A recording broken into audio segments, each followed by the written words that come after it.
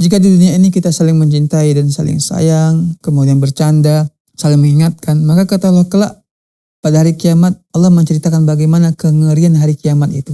Dan apabila datang hari kiamat itu, hari yang sangat menakutkan, yang sangat besar suara terjadinya kiamat itu. Maka yafirul mar'u min akhi. Seseorang lari daripada saudaranya sendiri. Kemudian Allah Subhanahu wa taala mengatakan pada hari itu, setiap orang akan sibuk dengan urusannya sendiri. Karena apa? Karena pada hari itu ma'asyiral muslimin wal muslimat, hari yang sangat menakutkan. Yang dulu pernah dijanjikan oleh Nabi Muhammad dalam hadisnya ataupun Al-Quran menceritakannya, disepelekan.